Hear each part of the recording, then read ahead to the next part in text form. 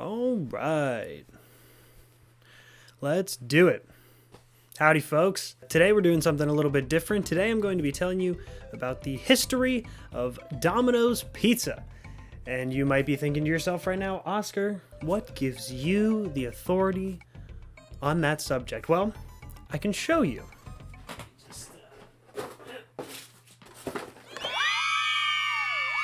As you can see, I'm a frequent flyer of the mix and match 2 for $5.99 each deal. Yesterday, I got the pasta primavera and I got a pan pizza. By the way, if you're going to get the $5.99 mix and match 2 for each, mix those words up in a different sentence, I get the pan pizza. It's a couple bucks extra, and I'm telling you, it's worth it. Now, if you don't believe how much I order Domino's, well, don't worry, because I did the math for you right here. I went on my pizza profile, which is a real thing, as one does, and I found out that since February 12th, 2018, so a little over 3 years, I have ordered from Domino's 42 times, which at around $12 an order. I get the mix and match pretty much every time, but you know, maybe a little give or take here and there. Ooh, I'm sorry. That equals about $500. Also, that's about $170 a year, which on average means I order Domino's at least once a month. And honestly, that figure seems a little bit low to me. We're talking about a time well before the 2 for $5.99 each mix and match deal. Let's go back to 1960 in Ypsilanti. Sorry, Ypsilantites. Tom and James Monaghan purchased a pizza restaurant from Dominic DeVarty named Dominic's, very aptly, if I might add. These two brothers came a very long way. Their father died when they were both very young on Christmas Eve. Eventually, they were moved into an orphanage. Tom ended up getting into the University of Michigan, but he couldn't afford to go, so he ended up joining the Marines. And then when he got out of the Marines, in 1960, that's whenever they purchased this restaurant. They bought it for $500 after taking out a $900 loan. So within a year, the two of them actually split up. James was a postal worker, and he felt he didn't have time to balance his part of running the shop with his duties as a mailman. So he traded his half of the company for the Volkswagen Beetle that was being used for the deliveries. I don't know how they made the deliveries after that. The article really didn't touch on that. By the way, just for future reference, if you're ever writing a story and you're archiving your stuff, let's say, I don't know, you work for CNN Money, maybe just try and format it a little bit different than what we have going on here, this enormous wall of text. Granted, I'm sure I'm probably the only person that's ever went on this website looking for the story, but for people like me, do it for me, CNN Money, come on. So anyway, Domino's started off pretty slowly, but within 5 years, there were 3 different locations.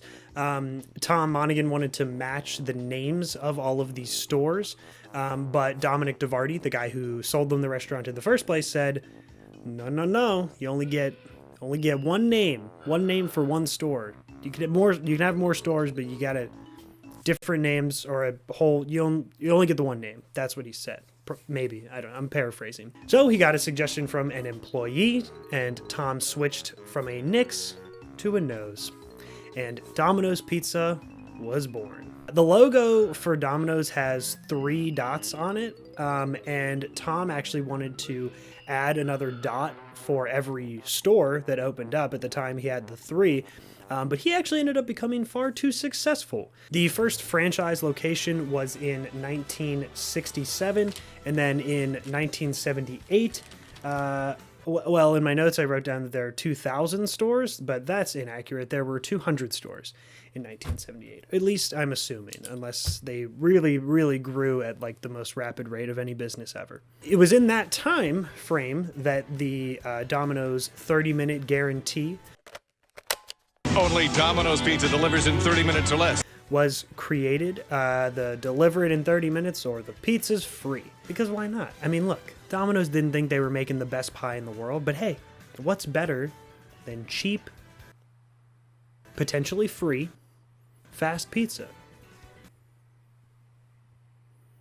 Obviously, I don't think anything. So Domino's just grew rapidly by that point. By 1985, Domino's became the largest growing restaurant in the United States. But that rapid success came with some hurdles as well. First of all, Domino's got sued by Domino Sugar for trademark. The names, you can tell by the names. But the pizza company won. In 1986, Domino's created a mascot, the Noid. Avoid the Noid. He was plastered all over commercials and marketing campaigns. He had his own video game, which, by the way, that's a thing that happened a lot. There was McKids for McDonald's, Cool Spot for 7-Up. There were the Burger King games on Xbox. Of course, there's the infamous Pepsi Man game. Pepsi Man! In Japan, that was known for being terrible, for lack of a better word. It's just weird. I guess it makes sense, right? Because a lot of the people that want like pizza and soda and stuff are like kids, but I don't know. It was just a big thing that happened. I just find it very odd. The character, the Noid, actually ended up getting them in a little bit of hot water because there was a fella, his name was Kenneth Lamar Noid. What he did was he thought that the mascot was created in his likeness.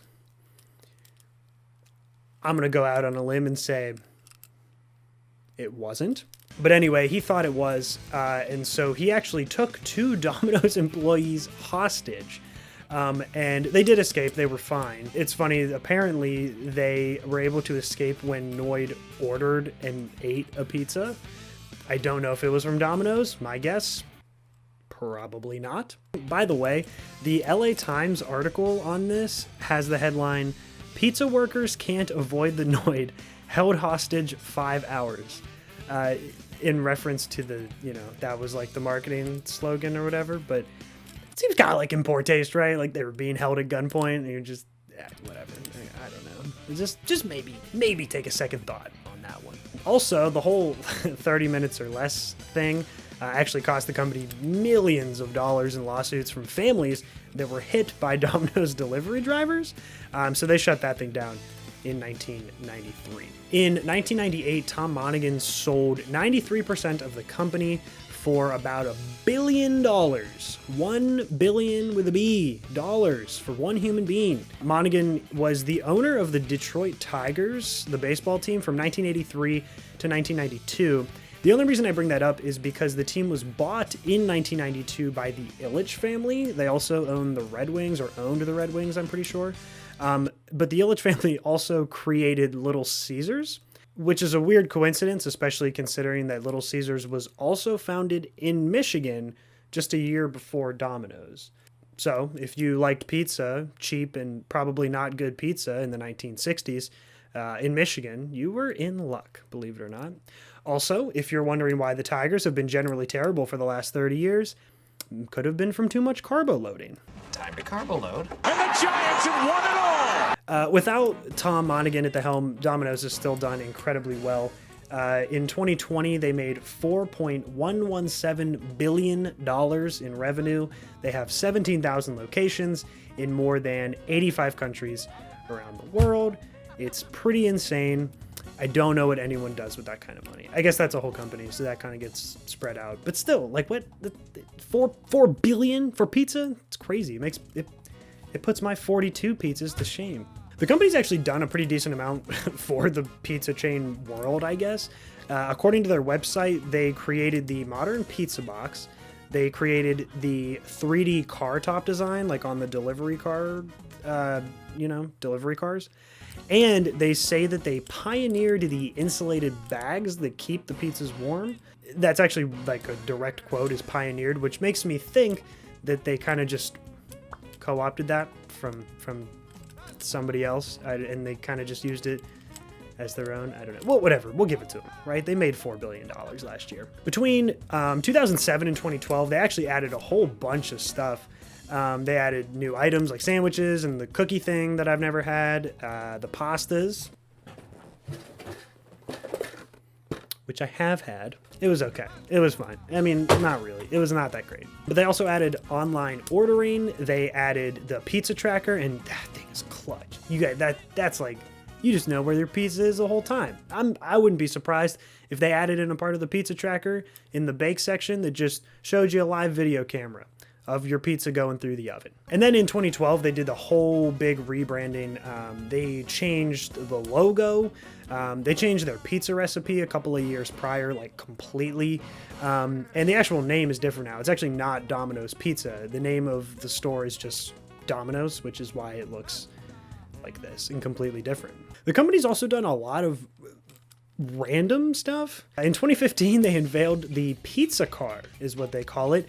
It holds 80 pizzas, sides, 2-liter bottles of soda, and dipping sauces. It took them 4 years to build it. I also read that after 100,000 miles, they're gonna like retire it and like, I don't know, give it back to the manufacturer or something, like restore it. I don't know. They also started using self-driving cars to deliver pizzas in certain countries, which is kind of crazy. You also might remember these ads where the delivery drivers go over a pothole and then the pizzas are like a mess. And they had that Paving for Pizza campaign where they would actually fix the roads, and they actually did that. There were like 4 cities in the country that actually they went to and like fixed the road. It's so weird. They look like this. They have like the logo and it's very, very odd. You can even make your freaking wedding registry Domino's themed. I don't know why you'd want to do it, but for the enthusiast out there, if you're one of those people that puts my 42 orders to shame, you can go ahead and do that. If you thought this video was over informationally speaking, I actually have one more treat to share with you. I had a photography class in college a couple of years ago where I had to do a photo essay. So it's like a collection of, I think it was 10 photos. And you kind of had to like tell a story, or it had to, you know, like an essay would, whatever. So the only rules were you couldn't use like your friends or anything like that. Like it had to be sort of like a random go out in the world and find something. So can you guess what I did mine on? It was Domino's. So I went to the store and I just walked in and I just went to the manager and I was just like, hey, I got a class project. Can I come back behind the whatever and take some pictures of the people doing their jobs, whatever. So I actually got a behind the scenes look of what it looks like to work in a Domino's store. So I'll have those pictures up. I'm going to blur out the faces because they gave me permission to use it for a class project, but I think it's kind of a lot different than using it for like a YouTube video. The funniest one I think is the one where they're putting the sauce on that garlic sauce onto the crust, because when it comes out of the oven and they put it on, it's like this, looks like thick, gooey line. Oh, it looks so gross, but then obviously it tastes pretty good. But anyway, so if you were doubting my my random allegiance to Domino's, doubt no further, because I went as far as to do an entire class. I mean, I'm making a whole video about them, right? Like, I mean, I feel like you should believe me now, if anything, right? So you might be thinking, what am I supposed to do with all of this information? I don't know. You were the one that clicked on the video. I have no idea. But the good thing is, at least Domino's history and management is a lot better than like Papa John's, and you know that now. They did get 2 people held hostage and probably caused a lot of car accidents and make a lot of money. Whatever. Anyway, I hope you guys enjoyed. Thank you so much for watching. If you did enjoy, feel free to hit all the buttons downstairs, like, dislike, subscribe. You can comment, you can click a recommended video, you can hit F to make it full screen. You know how keyboards work. I'll let you kind of figure that out on your own if you don't. But anyway, hope I taught you something. I wore my cardigan today on purpose to make myself feel more like a teacher. So hopefully I was able to give you some of my Domino's pizza knowledge. All right, everybody. Have a great day. Take care.